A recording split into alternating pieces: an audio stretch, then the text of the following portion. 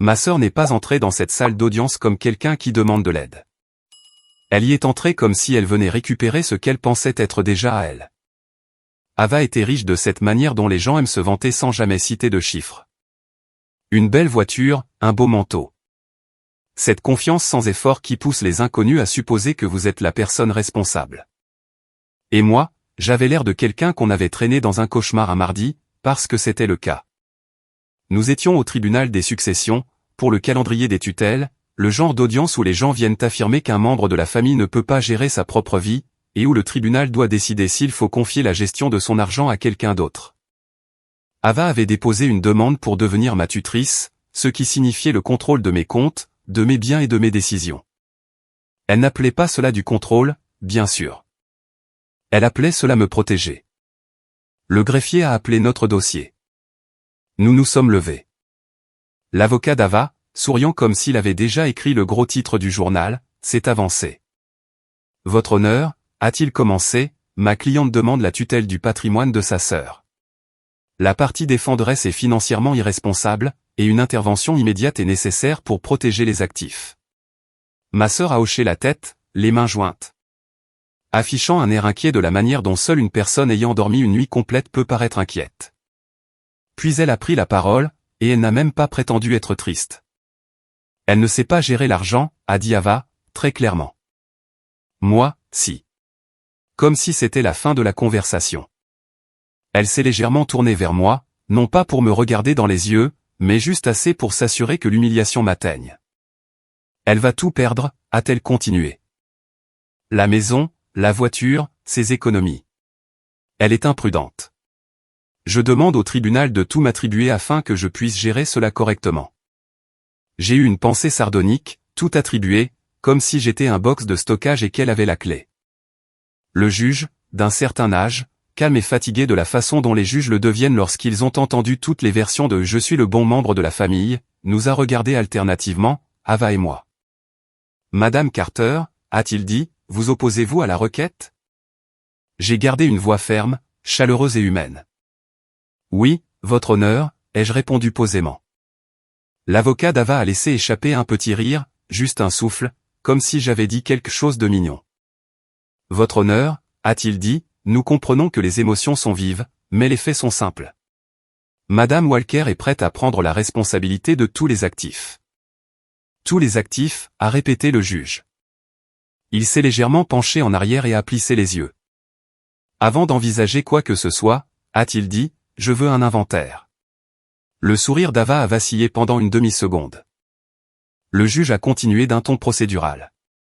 Pas de sentiment, pas de discours, a-t-il dit. Une liste formelle, propriété, véhicule, compte bancaire et toute transaction récente pertinente pour cette requête.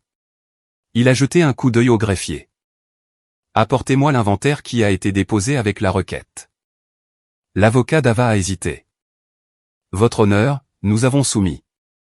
Apportez-le, a répété le juge. L'huissier s'est avancé, a pris un dossier sur le bureau du greffier et l'a ouvert comme s'il s'agissait d'une routine. Mais l'atmosphère dans la salle n'avait rien d'ordinaire. Parce que lorsqu'un juge ordonne un inventaire à haute voix, cela signifie que les choses deviennent sérieuses. L'huissier s'est raclé la gorge et a commencé à lire. Résidence principale, une maison unifamiliale située au. Il a lu l'adresse. Mon véhicule, année, marque, modèle. Épargne et compte courant. Les noms des comptes étaient listés en langage clair. Le visage d'Ava s'est détendu à nouveau, comme si chaque élément lui était la preuve qu'elle les méritait. Puis l'huissier est arrivé à la page suivante. Son ton n'a pas changé, mais ses yeux se sont arrêtés un court instant, comme s'il était tombé sur une ligne qui ne correspondait pas à l'histoire. Il a lu l'article quand même, et à la seconde où il l'a prononcé, la tête du juge s'est relevée brusquement. « Arrêtez », a dit le juge d'un ton sec. L'huissier s'est figé. Le juge a pointé la page du doigt. « Relisez cela », a-t-il ordonné lentement. Le sourire d'Ava a disparu et mon estomac s'est noué. Pas de peur cette fois, mais à cause du sentiment que l'affaire venait de basculer. L'huissier a regardé à nouveau la page et a lu la ligne une seconde fois, plus lentement, comme s'il sentait la salle d'audience se crisper autour de ces mots. Article 12, a-t-il dit. Compte d'épargne se terminant par 0,87. Blocage temporaire pour suspicion de fraude déclenchée par une tentative de transfert d'un montant de 47 500 $. Bénéficiaire, Ava Walker. État, en attente de révision bancaire. Le juge n'a pas scié. Ava si, une seule fois, de façon rapide et nette, comme si son corps réagissait avant même que son visage ne puisse suivre. Le juge s'est penché en avant. Monsieur l'huissier, donnez-moi l'inventaire. L'huissier le lui a apporté. Le juge a parcouru le paragraphe, puis a regardé directement ma sœur. Madame Walker, a-t-il dit, d'un ton calme et froid, pourquoi votre nom figure-t-il comme bénéficiaire sur un transfert signalé provenant du compte d'épargne de votre sœur? L'avocat d'Ava s'est levé si vite que sa chaise a grincé. Votre honneur, a-t-il commencé, souriant trop fort, c'est mal interprété. La partie défenderesse est confuse. Le juge a levé une main sans même le regarder. Je ne vous ai pas encore interrogé, a-t-il dit. Puis il a regardé Ava de nouveau. Répondez. La bouche d'Ava s'est ouverte et fermée une fois, comme si elle cherchait le bon mensonge. Puis elle a choisi celui qu'elle choisit toujours, la supériorité morale. J'essayais de la protéger, a-t-elle dit. Elle est impulsive. Elle prend de mauvaises décisions. Je lui ai dit que je garderais l'argent pour qu'elle ne le gaspille pas. L'humour sardonique voulait murmurer, oui, parce que rien ne dit protection comme le fait de se virer à soi-même 47 000 $, mais j'ai gardé un visage neutre. Les yeux du juge se sont rétrécis. Donc, vous dites que votre sœur vous a autorisé à prendre 47 500 $ de son compte d'épargne. Ava a levé le menton. Oui. Le juge s'est tourné vers moi. Madame Carter, a-t-il demandé, avez-vous autorisé ce transfert? D'une voix chaleureuse, accessible et assurée, j'ai répondu, non, votre honneur. L'avocat d'Ava est intervenu rapidement. Votre honneur, les familles déplacent de l'argent entre les comptes tout le temps. C'est une affaire privée et ma cliente n'a agi que parce que la partie défenderesse. Le juge l'a coupé. Ceci n'est pas une séance de thérapie familiale. C'est une requête de tutelle où votre cliente prétend que la partie défenderesse ne peut pas gérer l'argent, alors qu'un inventaire déposé par votre propre cliente montre une tentative de transfert vers elle-même. Le sourire d'Ava a tenté de revenir. Il n'a pas réussi à se fixer. Le juge a tourné une page. Cet inventaire inclut des pièces jointes, a-t-il dit. Alerte bancaire, note de compte, résumé de transaction. Il a tapoté la ligne avec son stylo. D'où vient cette pièce jointe, a-t-il demandé. La voix de l'avocat d'Ava s'est adoucie. Nous avons demandé la documentation du compte pour appuyer la requête. Le juge l'a fixé pendant un instant. Donc, vous avez demandé des documents, a-t-il dit lentement, et ces documents montrent le nom de votre cliente sur un transfert signalé. L'avocat d'Ava a dégluti. Ce n'est pas aussi simple, votre honneur. Le ton du juge n'a pas changé, mais la température dans la salle a chuté. Alors simplifiez-le, a-t-il dit. Qui a initié le transfert? Ava a lâché, c'est elle. Le silence s'est fait dans la salle. Le juge m'a regardé. Est-ce vous? Non, ai-je dit. Je dormais. Ava a ricané. Comme c'est pratique. Le juge n'a pas réagi à son attitude, il a réagi à la procédure. Greffier, a-t-il dit, avons-nous un représentant de la banque disponible dans un court délai? Le greffier a baissé les yeux. Nous pouvons appeler la ligne de conformité juridique de la banque, votre honneur. Faites-le, a dit le juge. L'avocat d'Ava s'est levé à nouveau, plus nerveux cette fois. Votre honneur, cela prend des proportions démesurées. Ma cliente est riche. Elle n'en a pas besoin. Le juge l'a enfin regardé. Être riche n'est pas une défense juridique, a-t-il dit. Asseyez-vous. L'avocat s'est rassis. Le visage d'Ava était empourpré, la colère et l'embarras luttant pour la première place. Le greffier a placé un haut-parleur sur le bureau et a composé le numéro. Une minute plus tard, une voix calme a répondu. Département de la conformité. Le juge a décliné son nom et le numéro de dossier, puis a posé une question nette. Pouvez-vous confirmer si la tentative de transfert listée dans cet inventaire a été initiée depuis l'appareil de la partie défenderesse ou celui de la partie requérante? Il y a eu une pause. Des bruits de clavier étaient audibles à travers le haut-parleur. Le numéro de téléphone d'Ava. L'avocat d'Ava s'est figé. Le visage d'Ava est devenu pâle sur les bords. Le juge n'a pas élevé la voix. Il n'en avait pas besoin. Les lèvres d'Ava se sont entr'ouvertes. Son avocat a chuchoté, ne répondez pas. Ava a répondu quand même, parce qu'elle répond toujours quand elle ne le devrait pas. Non, a-t-elle dit. C'est le mien. Le juge a hoché la tête une fois. Puis il l'a regardée comme si elle était soudainement devenue très facile à comprendre. Donc, a-t-il dit, vous avez déposé une requête demandant à ce tribunal de vous donner le contrôle de tout ce que votre sœur possède, et dans le même intervalle de temps, vous avez tenté de transférer près de $50 000 de ses économies vers vous-même. Ava s'est emportée, la voix tranchante, parce qu'elle ne sait pas gérer l'argent. Le juge l'a coupé. Non, a-t-il dit. Parce que vous vouliez le contrôle. La voix de la conformité au haut-parleur a ajouté prudemment, pour mémoire, votre honneur, la banque a placé un blocage pour fraude parce que la partie défenderesse nous a appelés ce matin et a signalé la tentative comme non autorisée. Mon estomac s'est desserré d'un cran. Une preuve de plus, un point d'ancrage supplémentaire. L'avocat d'Ava a tenté de changer radicalement de direction. Votre honneur, même s'il y a eu un malentendu, la tutelle est toujours appropriée parce que la partie défenderesse.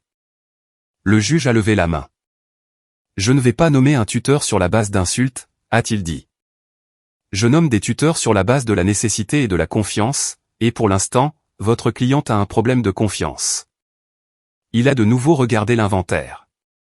Et cela empire, a-t-il dit doucement. Il a tourné une page et a pointé un doigt. Article 15, a-t-il dit. Titre de propriété du véhicule, tentative de changement d'adresse postale pour les notifications du service des immatriculations vers l'adresse de Madame Walker. La tête d'Ava s'est relevée brusquement.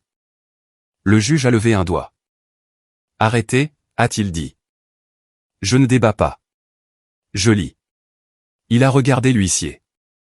Lisez l'article 15 pour le procès-verbal. L'huissier l'a lu, adresse incluse.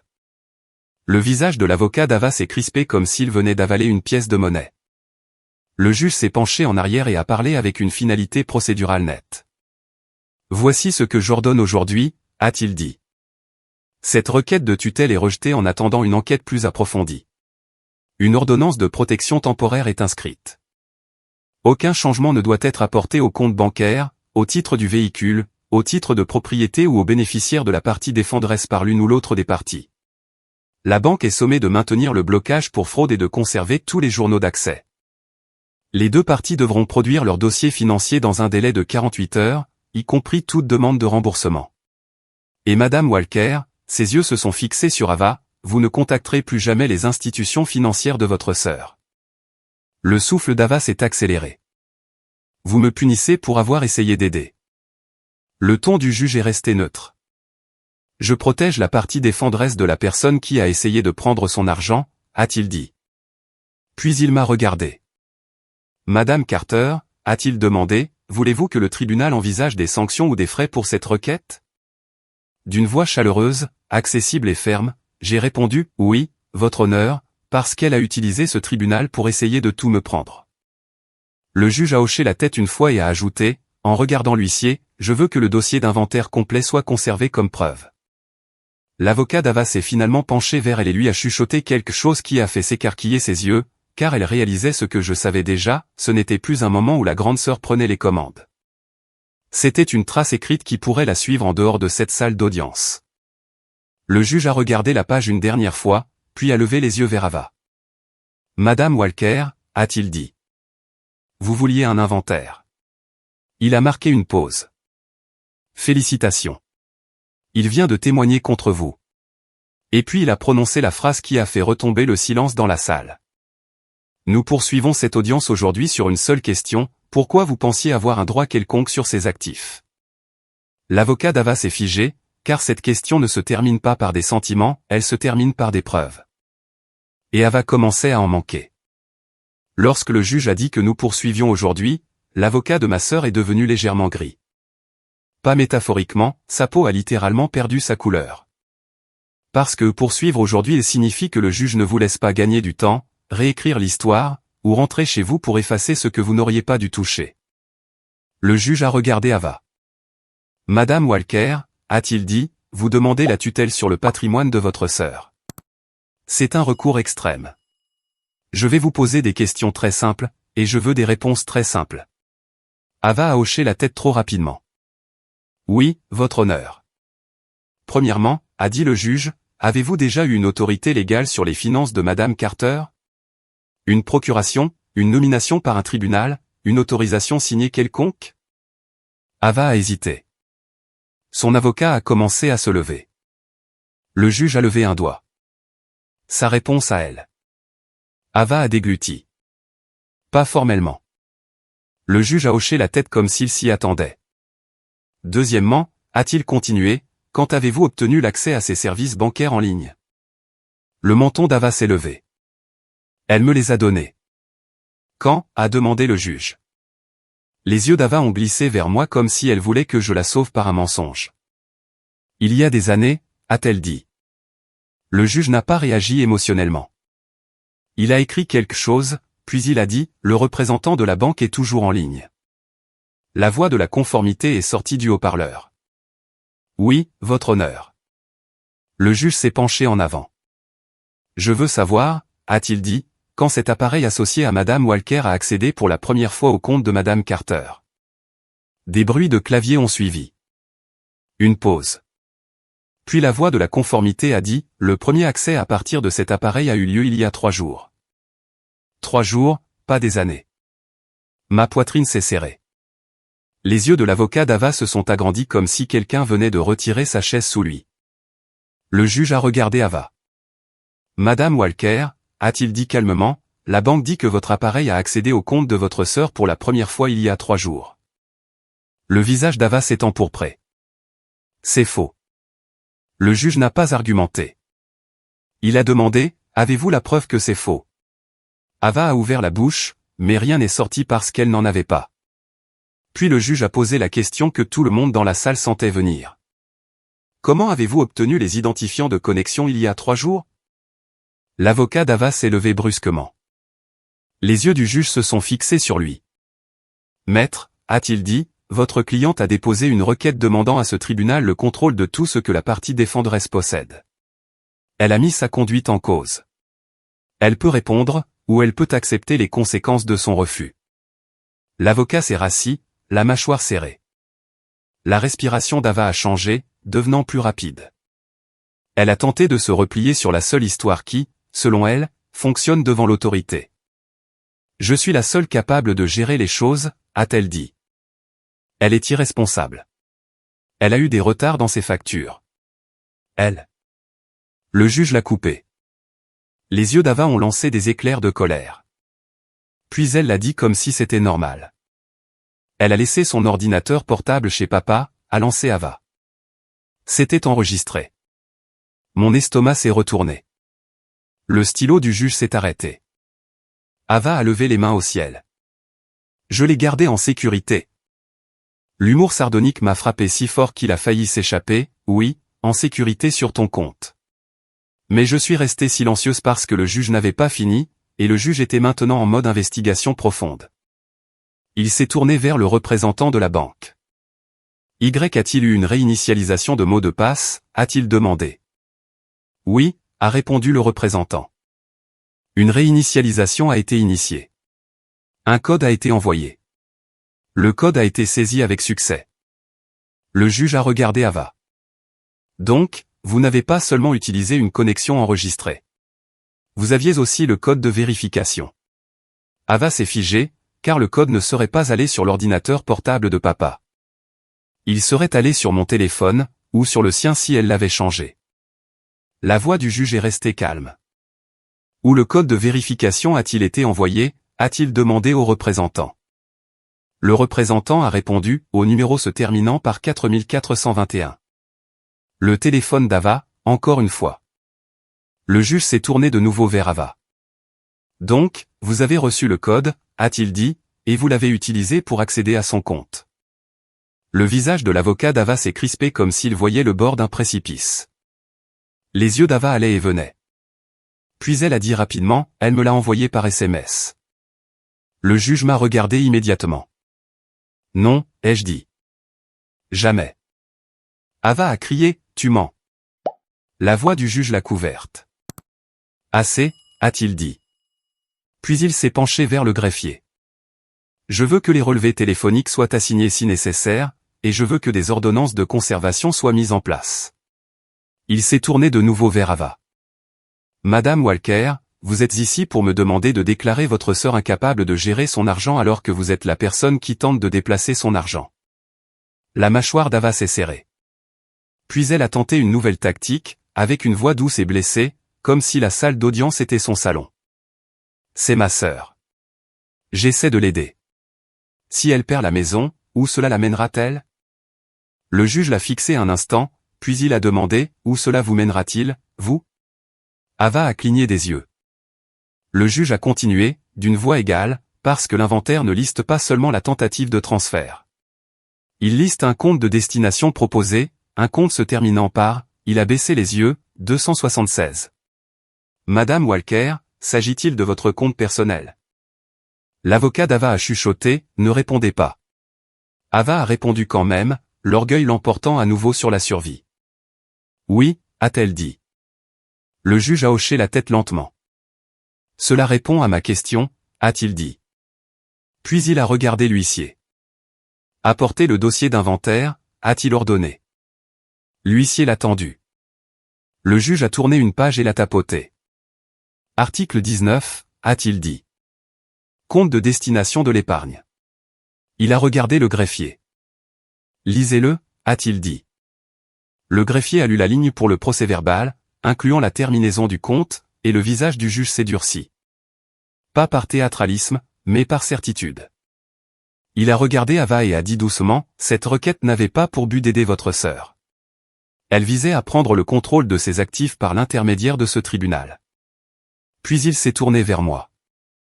Madame Carter, voulez-vous qu'un tiers neutre soit nommé temporairement pour protéger vos actifs pendant que nous procédons?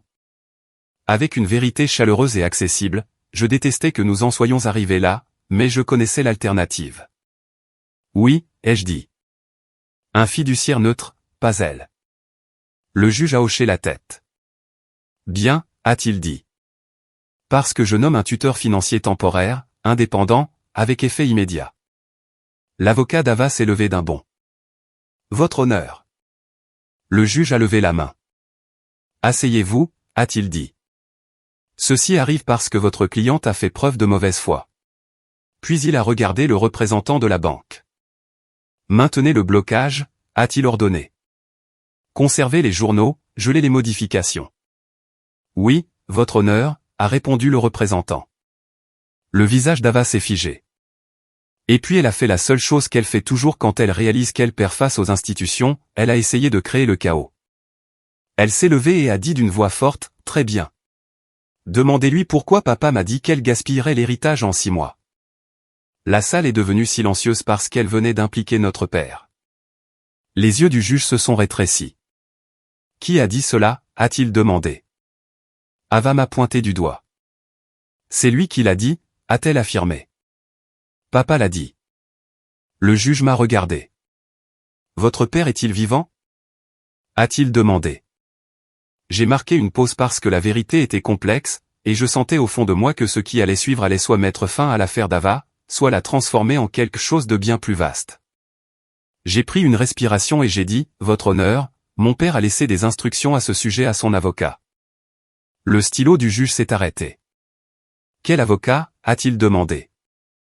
Et quand j'ai prononcé le nom, les sourcils du juge se sont levés, parce que c'était le même avocat qui avait rédigé le plan successoral et le même qui avait déposé quelque chose au tribunal ce matin, quelque chose dont Ava ignorait manifestement l'existence.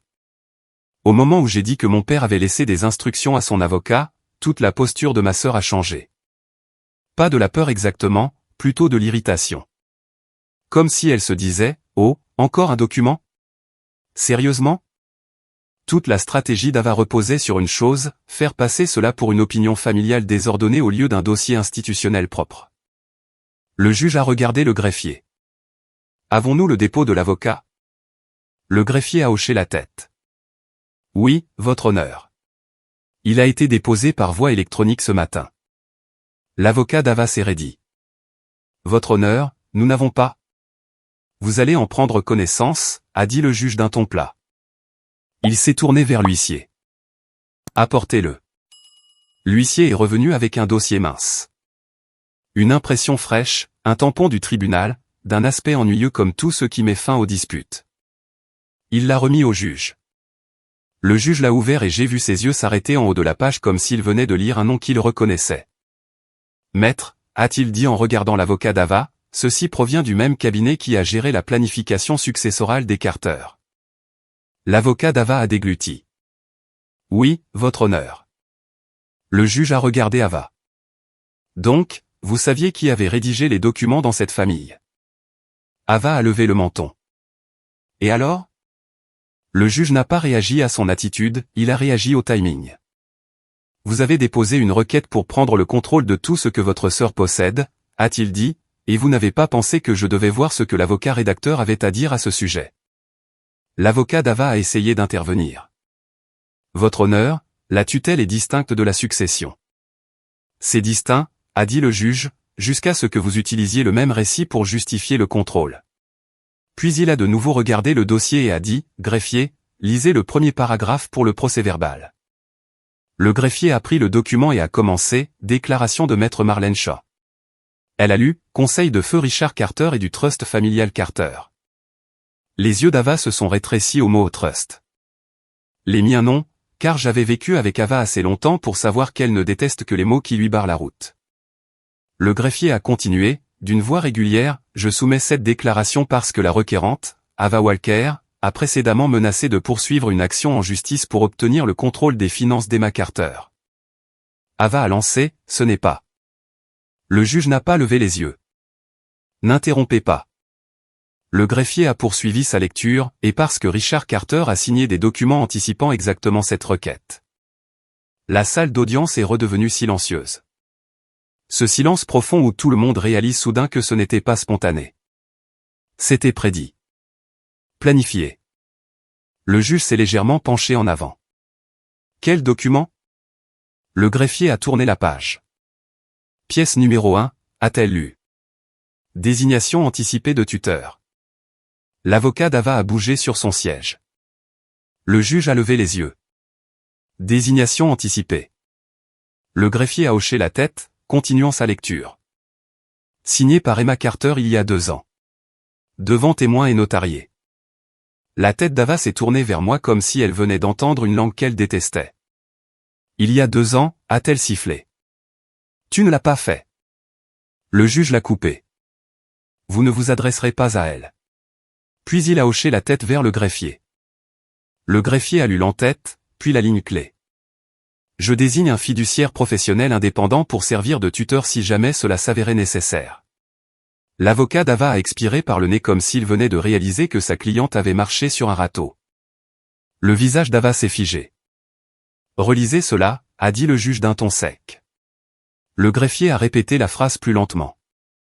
L'avocat d'Ava est devenu pâle car cette phrase ne se contentait pas de nuire à leur dossier, elle en renversait le principe même. Ava s'est penchée en avant, furieuse. Ce document est vieux. Les yeux du juge se sont fixés sur elle. Il n'est pas vieux. Il est valide à moins que vous ne prouviez le contraire. Il a regardé l'avocat d'Ava. Avez-vous divulgué cette désignation dans votre requête? La bouche de l'avocat s'est ouverte, puis s'est refermée. Non, a-t-il admis à voix basse. Le juge n'a pas crié. Il n'en avait pas besoin. Mauvaise foi, a-t-il dit, comme s'il gravait ces mots dans la pierre. L'avocat d'Ava a tenté de sauver la situation rapidement. Votre honneur, même s'il existe une désignation, le tribunal peut toujours déterminer la nécessité. Je le peux, a convenu le juge. Mais je ne vais pas nommer la seule personne que la partie défenderesse a légalement disqualifiée, surtout quand cette personne semble tenter de transférer son argent. Le visage d'Ava s'est empourpré. Ce transfert était pour la protéger, a-t-elle commencé. Le juge a levé la main. Non, a-t-il dit. Nous avons dépassé le stade des discours. Il a de nouveau tapoté le dossier. Greffier, lisez le paragraphe suivant. Le greffier a lu, en outre, Richard Carter a laissé des instructions écrites stipulant que si Ava Walker tentait un jour d'utiliser une action en justice pour s'emparer du contrôle des actifs d'Emma Carter. L'administration du trust familial serait transférée à un administrateur fiduciaire professionnel et tout avantage discrétionnaire accordé à Ava Walker serait suspendu. Les yeux d'Ava se sont agrandis juste un peu, non pas parce qu'elle se souciait du concept de trust, mais parce qu'elle avait entendu suspendre tout avantage et réalisé qu'il y avait une conséquence financière qu'elle n'avait pas prévue. Son avocat s'est levé. Le juge l'a coupé. C'est vous qui les avez injectés quand votre cliente est entrée ici en demandant tout ce que sa sœur possède. Puis le juge s'est tourné vers le représentant de la banque toujours au haut-parleur.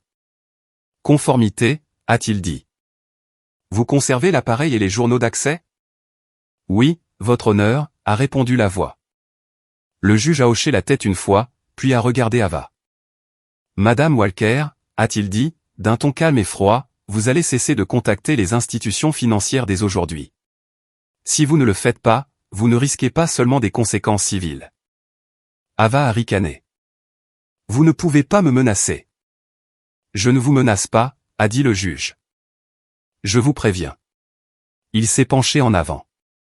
Parce que maintenant j'ai une tentative de transfert signalée vers votre compte, un accès initié depuis votre appareil, et une requête demandant le contrôle total alors que vous avez dissimulé une désignation vous disqualifiant.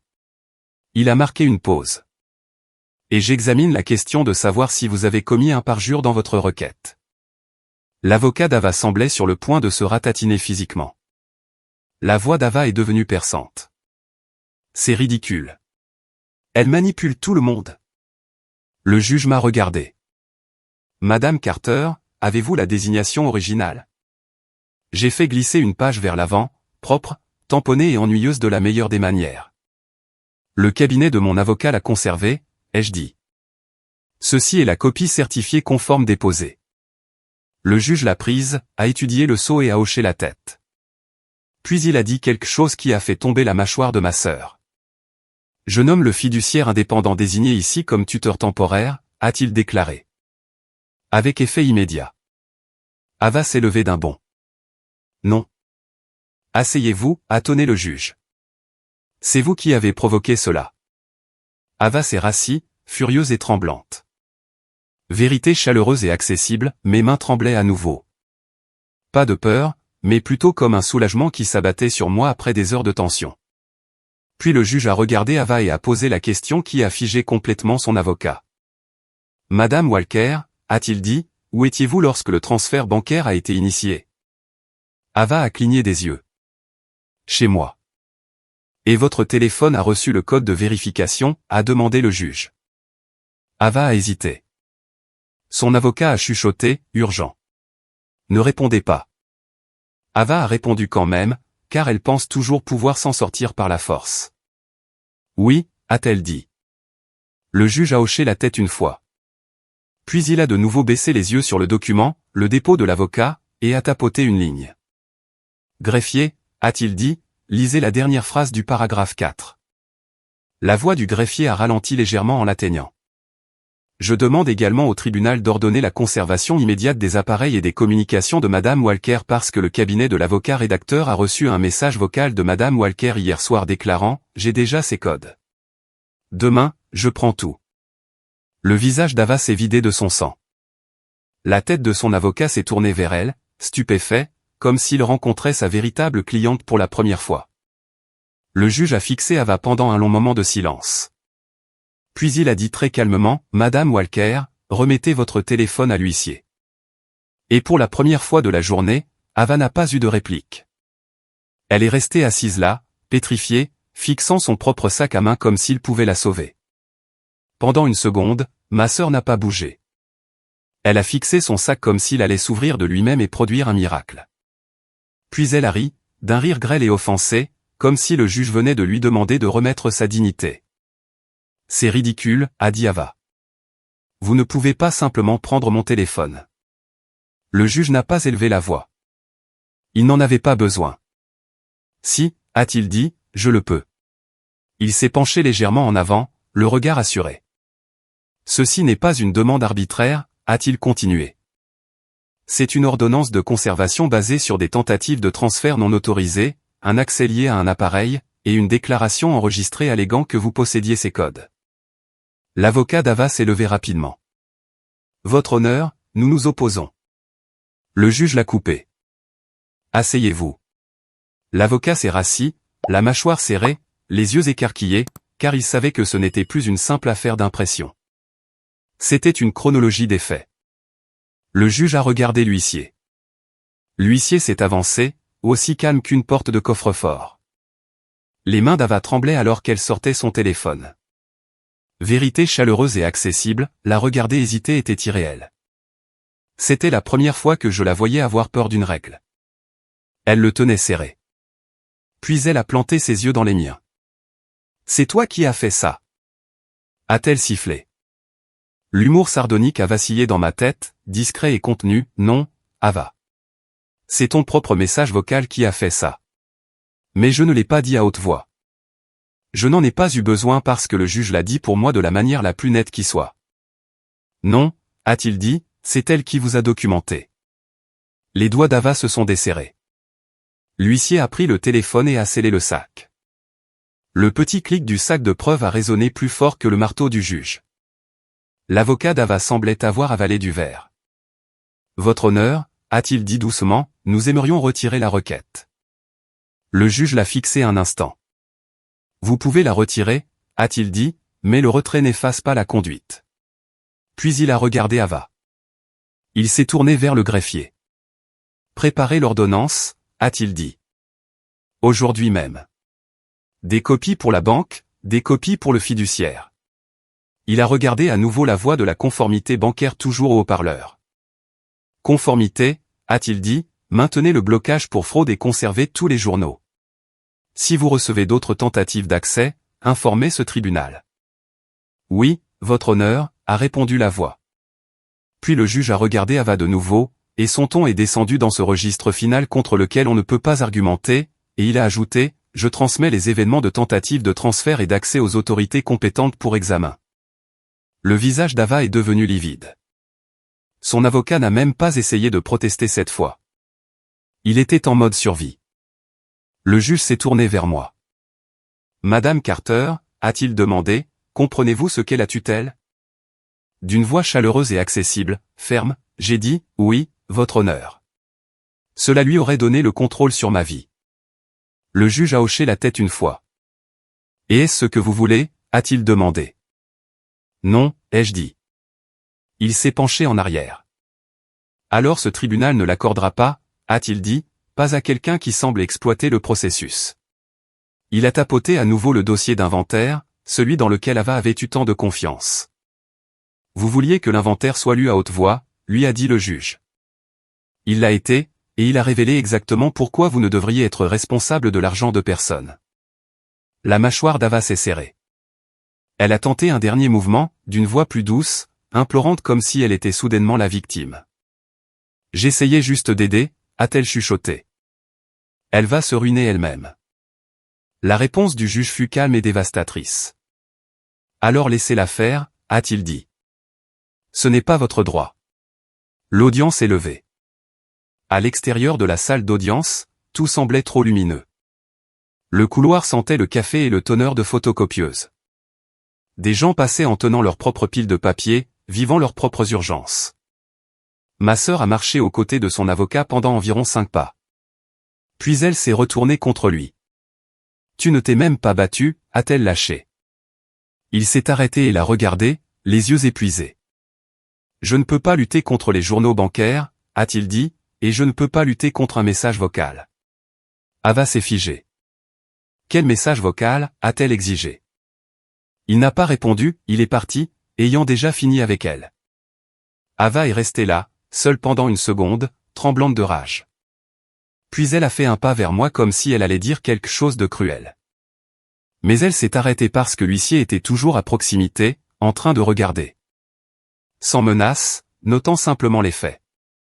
Ava a avalé tout le poison qu'elle s'apprêtait à cracher et s'est éloignée précipitamment.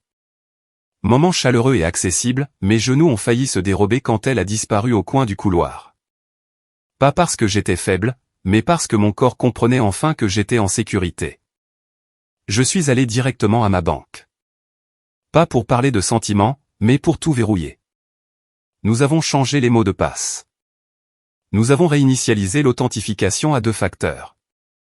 Nous avons supprimé tous les appareils enregistrés. L'équipe de lutte contre la fraude a documenté la tentative. Le bureau du fiduciaire indépendant a reçu l'ordonnance du tribunal et les restrictions de compte. Des étapes ennuyeuses.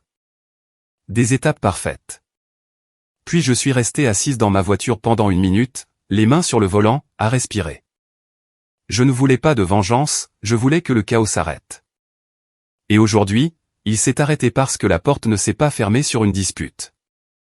Elle s'est fermée sur une liste.